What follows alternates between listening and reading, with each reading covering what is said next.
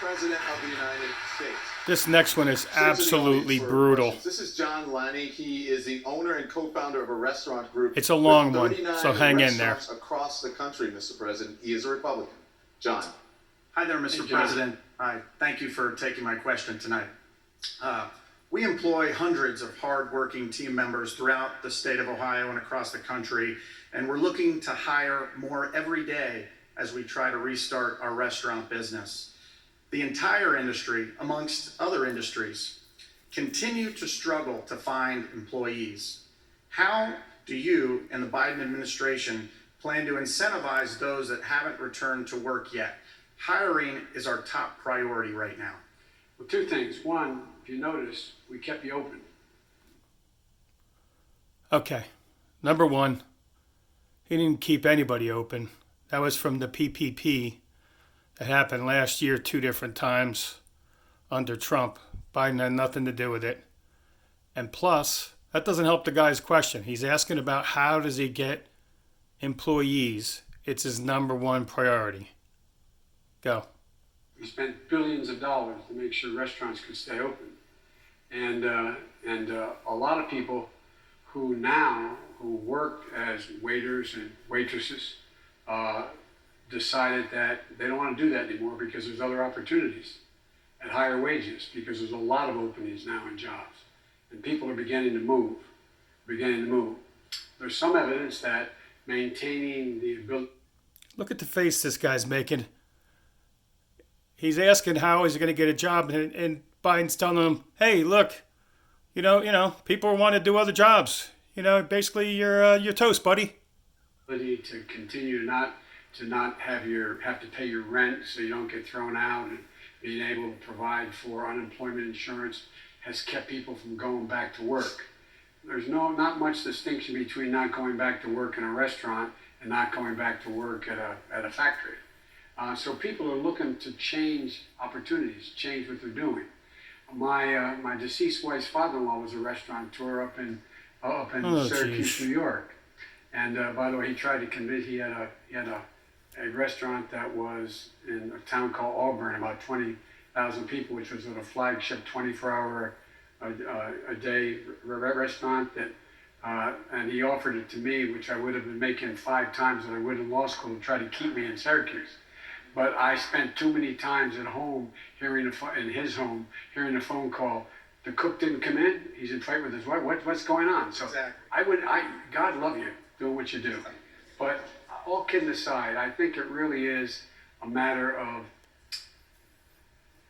people deciding now that they have opportunities to do other things, and there's a shortage of employees.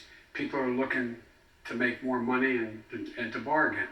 And so I think your business and the tourist business is really going to be in a bind for a little while. Okay. So the question was from the guy, I have a business. Our number one priority is we have a labor shortage.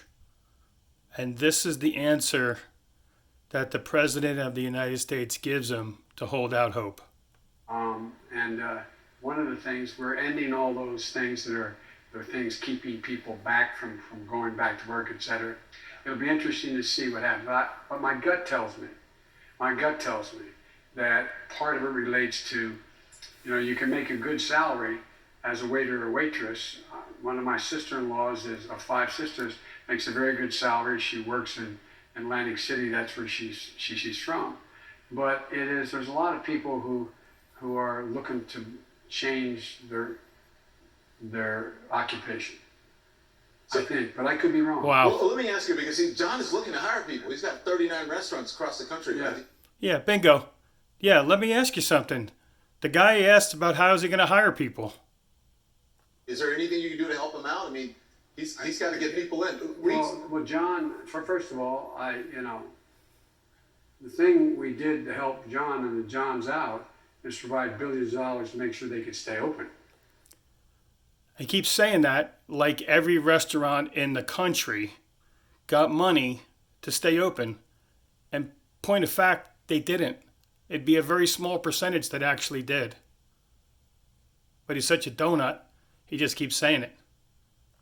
Number one. So you all contributed to making sure John could stay in business. And we should have done that, as we did for other industries.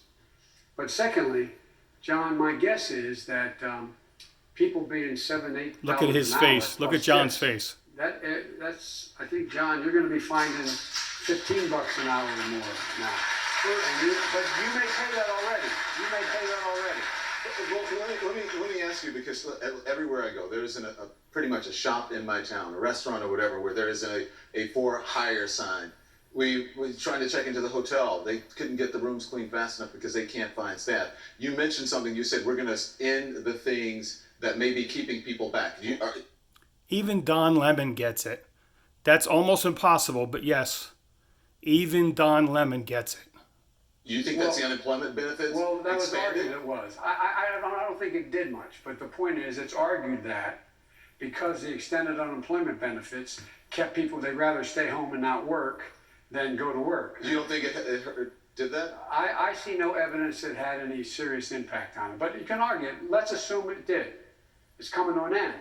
So it's not like we're in a situation where if that was it and it ends, then we're going to see John's going to have no problem. But what I think is happening, folks, is, look, if you make less than 50, and I'm not saying, John, your folks make less than 15, you got good restaurants. That means the tips are good. People make a lot more than just what the minimum John's wage, sitting down already. The wage is being paid. If you put tips on top of it. But folks, look, here's the deal. Think about it. You know, if you have for example, I want to be able to, one of my programs is to make sure that we have former years of school is free. 2 years for 3-year-olds and 4-year-olds. What's this have to do with John? That increases significantly success and community college. Yeah. Well, those folks are not likely to want to go and be waiters. There's nothing wrong with being a waiter or waitress. My family's been engaged in that business.